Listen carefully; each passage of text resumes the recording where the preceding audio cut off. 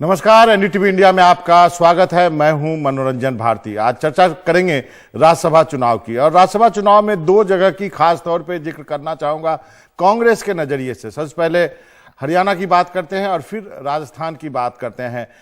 कांग्रेस ने एक रणनीति अपनाई है। उनको लगता है कि कहीं उनके विधायकों के साथ जो है उनको खरीदने की कोशिश न की जाए, हॉर्स ट्रेडिंग न की जाए, इसलिए कांग्रेस ने हरियाणा के अपने 31 विधायकों में से अधिकतर विधायकों को रायपुर जो है वो ले गए हैं और वहां पर एक बढ़िया से रिजॉर्ट में उनको ठहराया गया है। आपको बता दें कि हरियाणा में काफी दिलचस्प मुकाबला होना है। 31 विधायक हैं, 31 में से अधिकतर विधायक वहां पर चले गए हैं, केवल 3 विधायक नहीं गए हैं।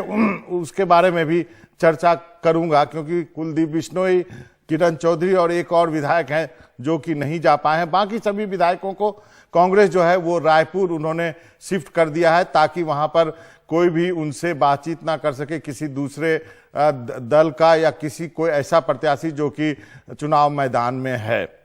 दूसरी तरफ राजस्थान में भी काफी दिलचस्प मुकाबला हो गया। 3 उम्मीदवार हैं कांग्रेस को, और वहां पर जो है कांग्रेस ने अपने सभी विधायकों को उदयपुर शिफ्ट कर दिया गया। आपको उदयपुर काफी दिनों से चर्चा में है, चिंतन शिविर भी कुछ दिनों पहले हुआ था, और कांग्रेस ने अपने समर्थित निर्दलीय और बाकी अन्य पार्टियां जो है उनके विधायकों को जो है उदयपुर के एक 5 स्टार 5 सितारा होटल में शिफ्ट कर दिया है। तो इसके साथ ही काफी दिलचस्प हो गया है ये मुकाबला। और ये मुकाबला दिलचस्प क्यों है, इसके बारे में आपको जानकारी दे देता हूं। सबसे पहले बात करते हैं जो है कि राजस्थान की। राजस्थान में 108 जो है कांग्रेस के, और कांग्रेस ने 3 उम्मीदवार उतारे हैं। कांग्रेस को 3 उम्मीदवार के लिए 123 वोट चाहिए।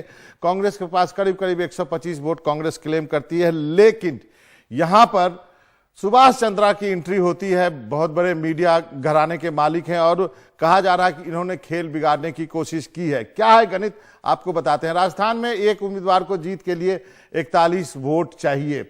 बीजेपी के पास 71 वोट हैं, जिसमें से 41 वोट जो हैं बीजेपी के अपने कैंडिडेट घनश्याम तिवारी जी को मिलेंगे। बाकी बचे 30 वोट।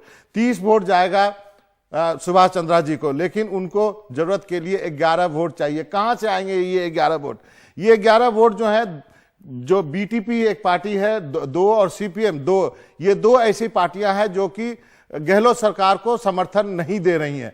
तो चंद्रा साहब को उम्मीद है कि उनको समर्थन मिलेगा इन 2 पार्टियों से। कांग्रेस ने जो है 3 उम्मीदवार उतारे हैं, रणदीप सुरजेवाला, मुकुल वासनिक, प्रमोद तिवारी। कांग्रेस को 123 वोट चाहिए।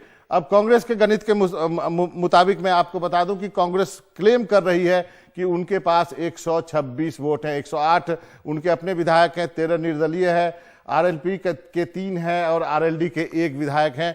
इसके अलावा जो है उनको लगता है कि ये सारे हमारे पास हैं और हम अपने तीनों कैंडिडेट को जितवा लेंगे। लेकिन दांव कहां पे खेलेंगे? सुभाष चंद्रा। सबसे बड़ी बात है, सुभाष चंद्रा की नजर कहां पे होगी? क्यों आए हैं वो मैदान में? क्या वो 13 जो निर्दलीय है उसमें सेंध लगाएंगे? जी हां, जरूर लगाने की कोशिश करेंगे। यही वजह है कि कांग्रेस ने अपने विधायकों को उदयपुर शिफ्ट कर दिया है, क्योंकि कोई जो है उनको खरीदने की कोशिश ना करे। कांग्रेस कह भी रही है कि इनको इसलिए लाया गया है कि ये जो है विधायकों का तोड़फोड़ करेंगे। बीटीपी के 2 वोट यदि उनको जोड़ दें सुभाष चंद्रा जी को, तो उनके पास हो जाते हैं 32 वोट। फिर भी बचते हैं 9 वोट। 9 वोट कहां से लाएंगे? क्या सीपीएम जो है, सीपीएम के पास जो 2 वोट है, क्या सीपीएम सुभाष चंद्रा को सपोर्ट करेगी? ये सबसे बड़ा सवाल है। तो फिर भी सुभाष चंद्रा अभी पीछे चल रहे हैं।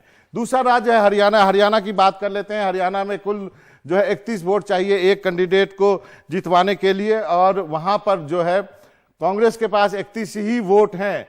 बीजेपी के पास जो है 57 वोट है।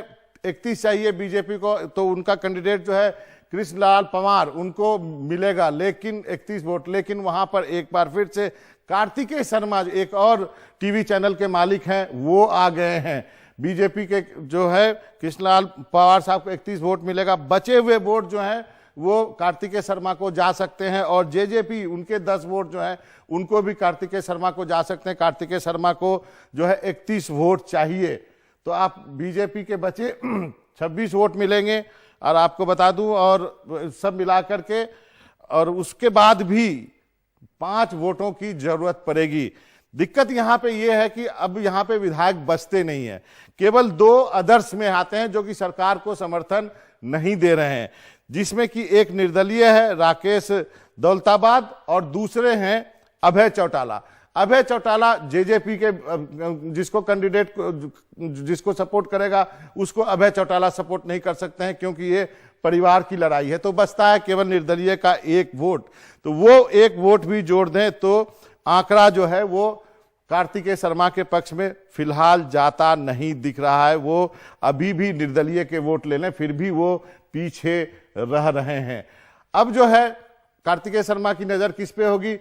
कांग्रेस के 31 वोटों पे होगी, जिसमें कि कहा जा रहा है कि कुलदीप बिश्नोई नाराज हैं, वो गए भी नहीं है रायपुर, किरण चौधरी भी नहीं गई हैं, लेकिन उनके बारे में कहा जा रहा है कि वो बीमार हैं और एक और विधायक नहीं गए हैं क्योंकि उनका जन्मदिन था इसलिए नहीं वो गए। यदि कांग्रेस को आईएनएलडी का 1 वोट मिल जाता है अभय चौटाला को, तो कांग्रेस ये उम्मीद कर रही है कि वो अपने उम्मीदवार को जितवा लेगी, क्योंकि उनको लगता है कि अभय चौटाला जो है अजय चौटाला या जो जेजेपी है उनके पार्टी के साथ वोट नहीं करेंगे। यदि कार्तिकेय शर्मा को एक निर्दलीय विधायक राकेश दौलताबाद का वोट मिलता है फिर भी वो पीछे रह जाएंगे और कहां से लाएंगे 4 वोट, ये एक बड़ा सवाल है। इसलिए इन दोनों निर्दलीय उम्मीदवारों के बारे में अभी ये फिलहाल ये कहा जा रहा है कि ये पीछे चल रहे हैं, चाहे सुभाष चंद्रा हो चाहे कार्तिकेय शर्मा हो। लेकिन पता नहीं राजनीति में अगले 24 घंटे में क्या कुछ हो जाता है, आप कह नहीं सकते हैं, इसलिए इंतजार कीजिए। वोटिंग 10 तारीख को है। मैं बार बार कह रहा हूं कि राज्यसभा की वोटिंग खुली होती है, यानी पर्ची दिखा करके वोटिंग की जाती है और प्रीफरेंशियल वोटिंग भी होती है। इसके बारे में भी आने वाले दिनों में समझाऊंगा। आज इतना ही, धन्यवाद।